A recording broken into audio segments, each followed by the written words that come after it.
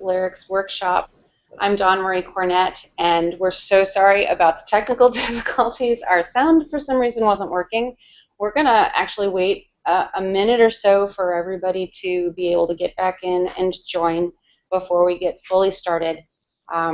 If you cannot hear us again, hopefully you'll be typing into the bottom and letting us know. But if you have questions or thoughts, feel free to scroll down to the comments and leave your question or thought there. And we will get started in just a minute.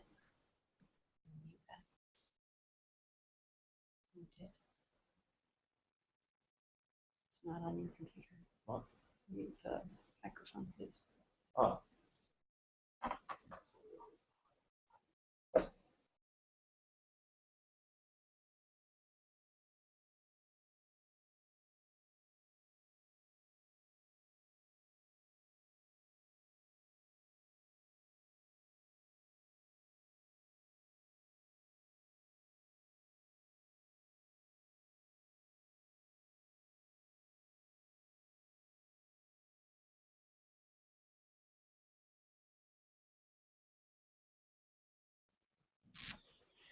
Okay, so we've gotten feedback from some of our audience that they can hear us now, so we're grateful for that and hoping everyone can hear us.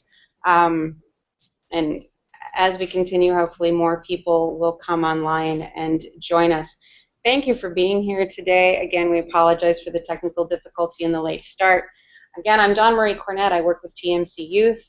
This is Bobby Witney. He's been our fantastic intern this summer, working with a weekly musician. Some of you may have already worked with him. We've been really, really enjoying his efforts and his insights. And then we are privileged to have with us also Margaret Rogers from the Christian Science Board of Directors.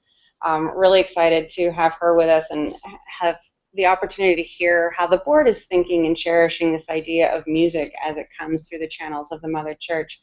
But as we get started, Bobby, you had something you wanted to share.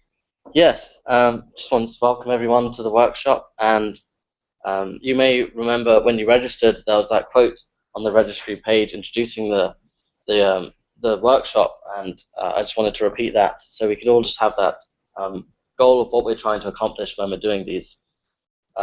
It's from Miscellaneous Writings, and it says, "Music is the harmony of being, but the music of soul affords the only strains that thrill the chords of feeling and awaken the heart's heartstrings." And so that's really what we're trying to achieve here. We're trying to get enough clarity and in our lyrics that we can really express that music of soul, soul with a capital S. And so yeah, just to start off and make sure we're all on the same page with that. Do we want to just go straight into a discussion? Or? Yeah, I want to give them a little bit of background on some of the technical things that are going to be going on. Hopefully we'll have no more bumps in the road.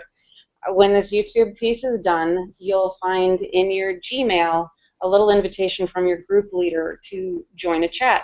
You'll have to click yes on that, and then a second invitation will come up for a group hangout. That'll be in a little green box, and you'll need to click on that as well, and then you'll be able to video chat with sorry about that, we were fixing the camera. You'll be able to video chat with other lyricists and musicians and collaborate on ideas that you have and be able to be helpful to each other and getting some really good lyrics together. So make sure that you watch in your Gmail account for those two different invitations when this video broadcast is done. I'll go over that again at the end, as we don't have everybody online right now. We can actually see how many people are online. So we don't have everybody yet. So I'll go over that information again at the end. But right now we really want to talk about the perspective of TMC Youth and the Christian Science Board of Directors on the real importance of music in our work and the importance of clarity and healing and richness in that musical experience as we send those things out into the world. And Margaret, we've had some really nice conversations about that, and I know you have some great things to share. Do you want to take it away? Sure. Well, first of all, I just want to thank everybody who's been involved in this effort, because I had the privilege this summer of looking at some of the songs that have been submitted and the work that's gone into them, and really it is such an opportunity to share on our site something of the uniqueness of Christian Science. And somebody said something to me years ago I've never forgotten. They said that every day, every year, Christian Scientists should be doing fewer and fewer of the things that anyone can do, and more of the things that only a Christian Scientist can do.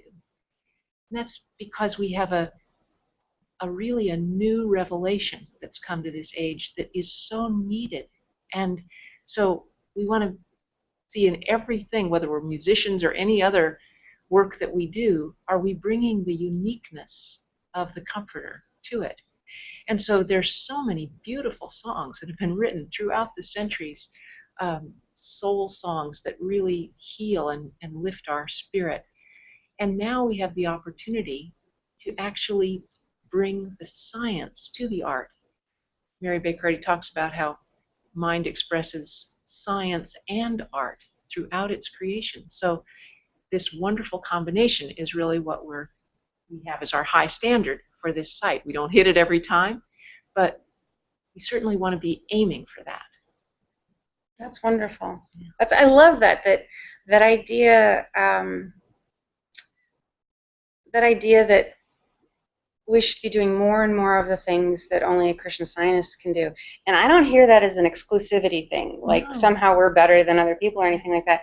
It's kind of like, if I have complicated taxes, I really want somebody to help me who really knows how to do that. I really want an expert in that field. When my pipes break at home, I really, really want an expert plumber. I want somebody who can do those things that they are uniquely qualified to do. And that doesn't put anybody as above or in front of another. It means we all have this wonderful place in the harmony of love that allows, for Mrs. Eddy talks about, gaining our good while we help others. And I think that's just it. It's this wonderful, beautiful sharing between God's ideas, and we all have our own unique place in that. And music, I've been a musician my whole life. I pulled up to the piano, I think, when I couldn't see the keys while standing at it. I pulled myself up onto the bench, and I started experiencing that instrument.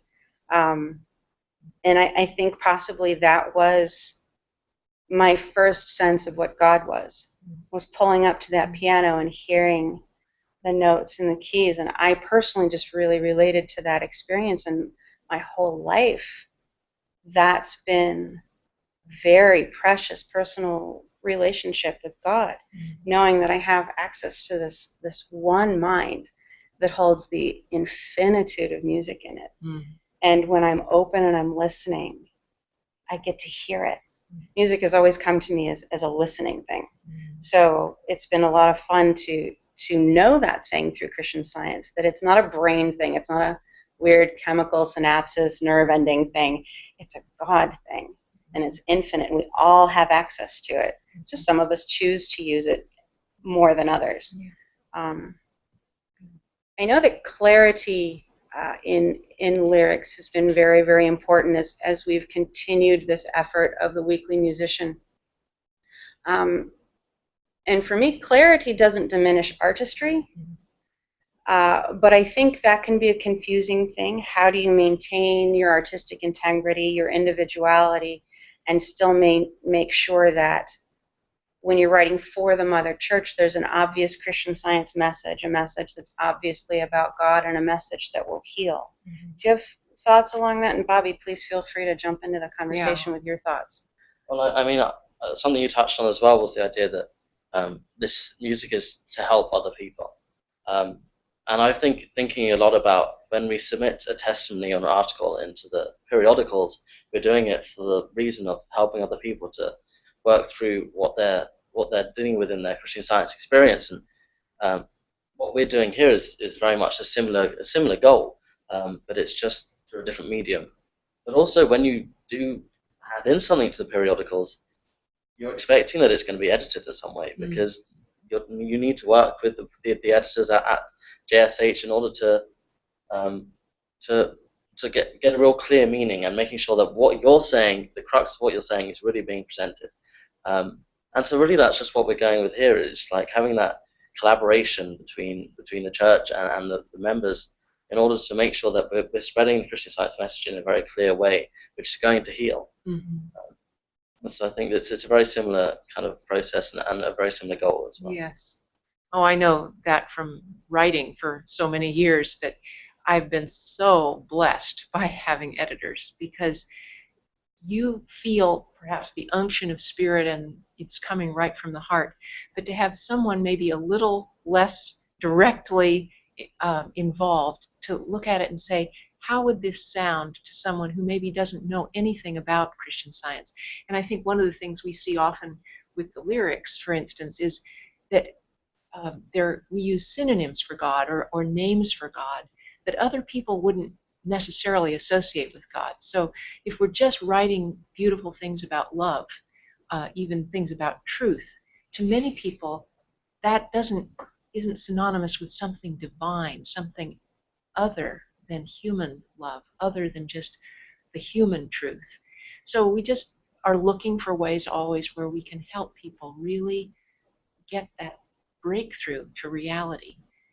And the same goes for references to the human condition, which certainly music does, and so does writing. We're always wanting to reach people where they are, and we understand that there's suffering. We understand there's darkness that has to be worked through. But we want to be sure that what people are left with, the preponderance of feeling, is on the side of the supremacy of good and the redemption of the soul and the goodness of man, not just that we're sinners and we're hoping that God will save us, but that we really understand that there's a principle that makes this inevitable. Exactly. That's really good. I've through some of my more recent opportunities, I've had time to talk to some folks who are not directly involved in Christian Science, maybe don't really know a lot about Christian Science. And that's a sticky place for folks trying to think about the human condition as compared to the divine and what that really means, because in traditional Christianity, there's a real divide. You don't necessarily have a spiritual experience until after you're dead, which to me personally is really depressing. I would like to have the message of Christ Jesus of heaven here and now, that we're not going to look for heaven off in some other place. We're not going to look for heaven over here or over there, like Jesus says. We're going to look for heaven right here and right now and within us. And it's been interesting to me coming across some different books that ministers are writing where they're starting to pick up on that idea that Christianity spent all of this time looking at the good of God as a future event and less time trying to create that experience of the good of God right here. And Christian Science teaches that we don't have to create the good of God. We just have to understand it and be open to it and express it. It's a flow, not a build, if that makes sense. I don't have to take my spiritual hammer and chisel to it. I just need to be open, and I need to allow the flow. And to me, that's a very musical idea. I've worked on pieces or songs that I kind of feel like I'm there with my hammer and chisel. I'm like, where's the piece of music in this? And I have to just let it go. I have to step away. Sometimes I have to release it entirely, and I don't go back to that idea. It's just not there. When I'm trying to push on something hard, I don't find the best creativity coming out of it. But when I'm really humble and I guess my word for it would be relaxed in God's love, I'm just not trying to force anything, then there's this flow. And I think we have this incredible opportunity to be that unique voice in Christian and inspirational music of heaven here and now and present and able to be participated in. It's a really unique message, because if you listen to Christian music, or you listen to sort of generically inspirational music, there's wonderful messages there, but a lot of it's a future thing. Good will come later.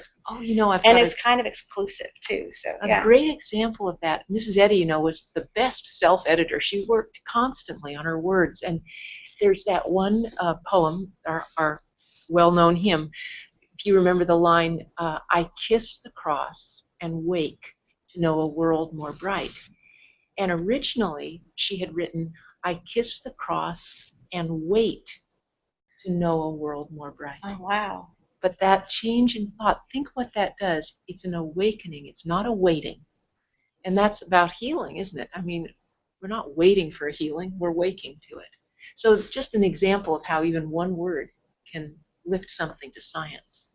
That's cool. And while we're talking about Mary Baker Eddy and what she experienced with music, we have a question from Ed Kemp, which says, how does music enhance the meaning of the lyrics? And I have a great story from Good. when Mary Baker Eddy was writing Mother's Evening Prayer. She sort of put it out there, and loads of people were sending her musical accompaniments to it to go in the hymnal, and she really wasn't happy with any of them because she felt like none of them really fit with what her message was. And then very late in the process, the tune Morecambe came up, which is in our hymnal now, and it was the first one. And there was one part in it where the line "on upward wing tonight," in the original it went down. The notes went down, and she said, "Well, that doesn't fit with that doesn't fit with the lyrics at all." So she made an edit and then made it so the notes went up at that time and changed it for the verses in it. It worked perfectly well. So she obviously saw that there was a real big, there was definitely a relationship between the music and the lyrics, which created a deeper meaning. And she was very insistent that that any tune that would go along with her writing would be expressing what her writing was saying. So yeah. That's a really neat story. I know that there have been times in creating pieces where, I might want to include maybe a bit of irony. So you wouldn't necessarily have, the tune rise in notes, go up the scale. You might have it go opposing. And that's a really neat, cool thing to do. I think, though, that when we're talking about music that's coming directly from the Mother Church, as nifty and artistic as we might be able to get, I think we always have to be thinking about message. And our message will, at the moment, primarily always be in English. And I think one of the things we need to keep really consciously in thought is that we have a global audience. And so though they may understand our words, they may not understand our irony. They may not understand our imagery. And so this really is a very different writing process than when we're writing for ourselves or for friends or for sale in a more general market.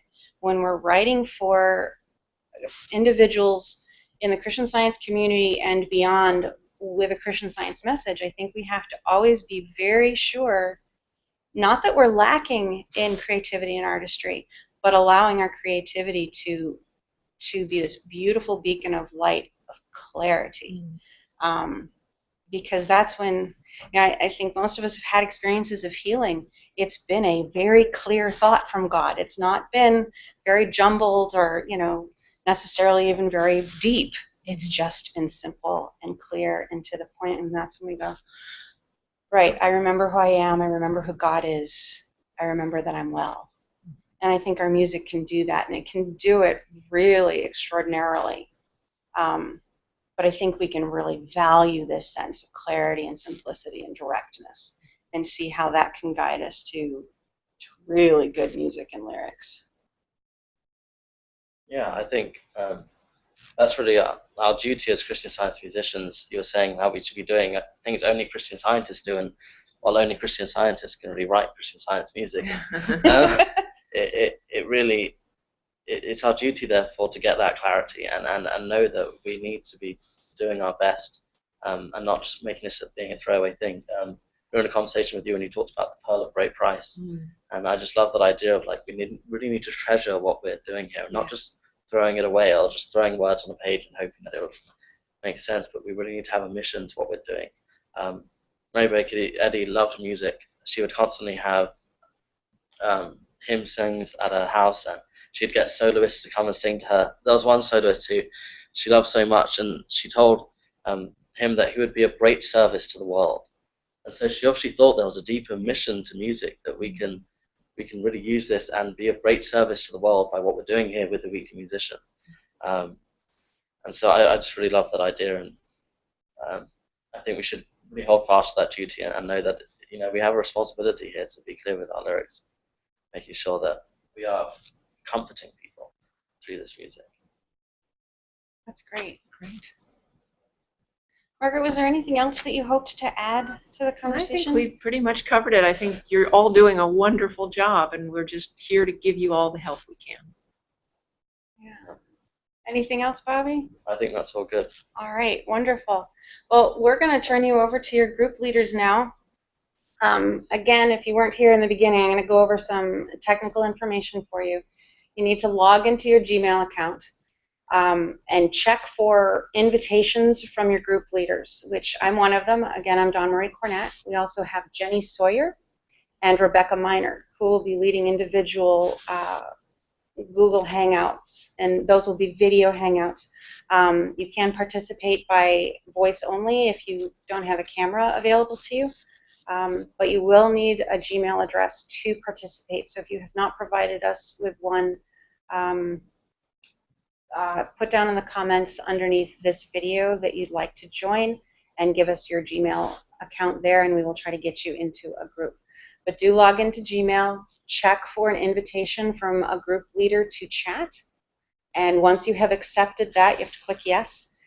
Watch for a little green box to pop up in the same area that says you've been invited to a Google Hangout, and click on that. You'll go to a new page. You'll have the opportunity to click join, and then you should be able to see everyone that's in that group and be able to participate. If you have headphones available to you to use with your computer, we would recommend it. Sometimes the noises around you and stuff like that get picked up, and we get strange echoes and feedback. So if you do have headphones, we would really recommend you use those. And if you have any technical difficulties, chat to your group leader, and they should be able to help you. And if not, they'll get you in touch with one of us, and we will help.